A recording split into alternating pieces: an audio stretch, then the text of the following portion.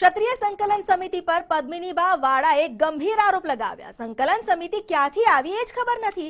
પદ્મિનીબાએ આ આરોપ લગાવ્યા છે અને સાથે એ પણ કહ્યું છે કે સંકલન સમિતિએ આંદોલનની તકનો લાભ લીધો છે। સંકલન સમિતિએ આંદોલનમાં આવીને રાજકારણ રમ્યું, બહેનો દીકરીઓની અસ્મિતા સાથે ચંચળા કર્યા। ખર્ચા સંકલન સમિતિએ નહીં, સમાજના લોકોએ કર્યા। પદ્મિનીબાએ આ નિવેદન આપ્યું છે। પીટી મામા અને કરણસિંહ ચાવડાનો ફોન સ્વિચ ઓફ આવે છે। પીટી મામા તમારે કોઈથી દબાવવાની જરૂર નથી, તેમણે આહવાન કર્યું છે। જે ખોટું છે તેને પીટી મામા તમે જાહેરમાં લાવો તેવું પણ તેમણે આહવાન કર્યું છે।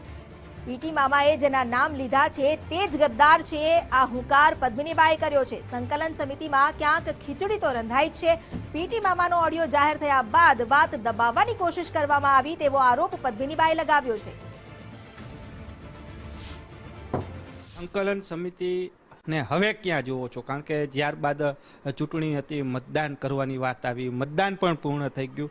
હવે આ સંકલન સમિતિને આપ ક્યાં જોવો છો, શું કહો છો?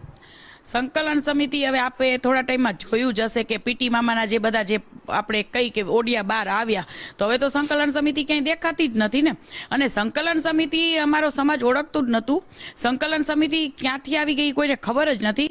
આ બધું વ્યક્તિ જે માણસો જે મહાસંમેલન મહારેલીથી બધા પોતપોતાની રીતે સ્વયંભૂ આવ્યા છે ને કરણી સેનાના હિસાબે આવ્યા અને બેનો દીકરીઓના હિસાબે આવ્યા છે। કોઈએ સંકલન સમિતિને બધાને આ દુનિયાને શું છે કે સંકલન સમિતિએ મહાસંમેલનો કર્યા, ખર્ચા સંકલન સમિતિએ કર્યા ના, એવું સેજે નથી।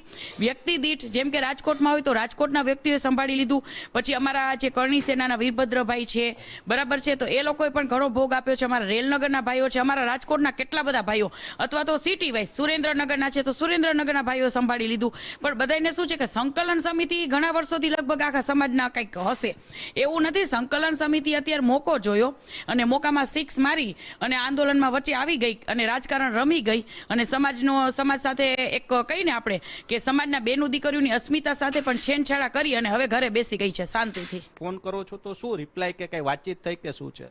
જી, મેં ઘણા બધા પીટી મામાને ફોન કર્યા પણ ફોન એમનો લાગતો જ નથી, સતત સ્વિચ ઓફ જ આવે છે।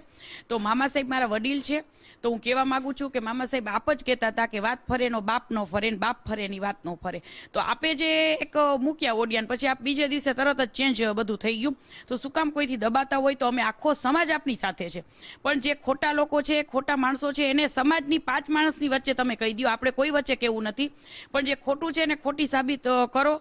અને પ્લસ કે જયચંદો મામા સાહેબ એવું કહેતા હતા કે જયચંદો હોય, જયચંદોને આમ કરવું જોઈએ, તો જયચંદો તો સંકલન સમિતિમાંથી જ નીકળ્યા। અને જે ભાઈએ 14 વ્યક્તિમાંથી જે ભાઈએ વાયરલ કર્યા છે એ સમાજના હિતે શું કહેવાય? એ કોઈ ગદ્દાર વ્યક્તિ ન કહેવાય, ગદ્દાર તો આ લોકો જ કહેવાય જે પીટી મામાએ જેના નામ લીધા છે। તો ક્યાંક ને ક્યાંક અસંતોષ હોય અથવા તો કાંઈ પણ થયું છે, ખીચડી રંધાડી છે, મને તો પહેલેથી શક હતો કે ખીચડી તો રંધાડી છે, એટલે જ એ લોકો મને મિટિંગમાં અટેન્ડ નહોતા કરતા કે ખબર નહીં એ લોકોને શું કરવું હશે। એટલે હવે આંદોલન ક્યાંક ને ક્યાંક દોડાઈ ગયું અને સમાજ પણ એક ભાગ નોખા થઈ ગયા, એટલે ક્યાંક ને ક્યાંક આંદોલનને એક દોડું કરી નાખ્યું છે અને આંદોલન જેવું હવે કાંઈ રહ્યું જ નથી। જી બેન, જે રીતના આપ કીધું પીટી જાડેજાની ઓડિયો અચાનક ચેન્જ થવા પાછળનું કારણ શું લાગે છે, શું કહે? હવે એમાં એવું છે કે જો મામા સાહેબ એક રીતે બહુ સાચા બોલા છે, હું એના વખાણ નથી કરતી, પણ મને એના જે સ્વભાવથી ઓળખું છું તો એ બહુ સાચા વ્યક્તિ છે। એ કોઈ દિવસ કોઈનું ખોટું તો નહીં જ બોલે, એટલો મને વિશ્વાસ છે, મારા જેવા જ છે।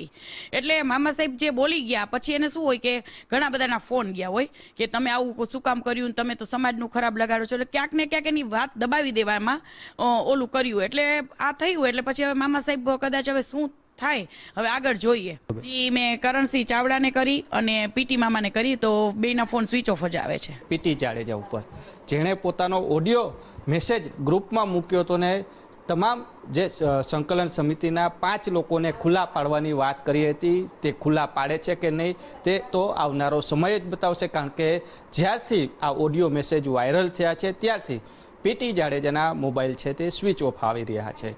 કેમેરા પર્સન દેવજી રંગાડિયા સાથે રહીમ લાખાણી, ગુજરાત ફર્સ્ટ, રાજકોટ।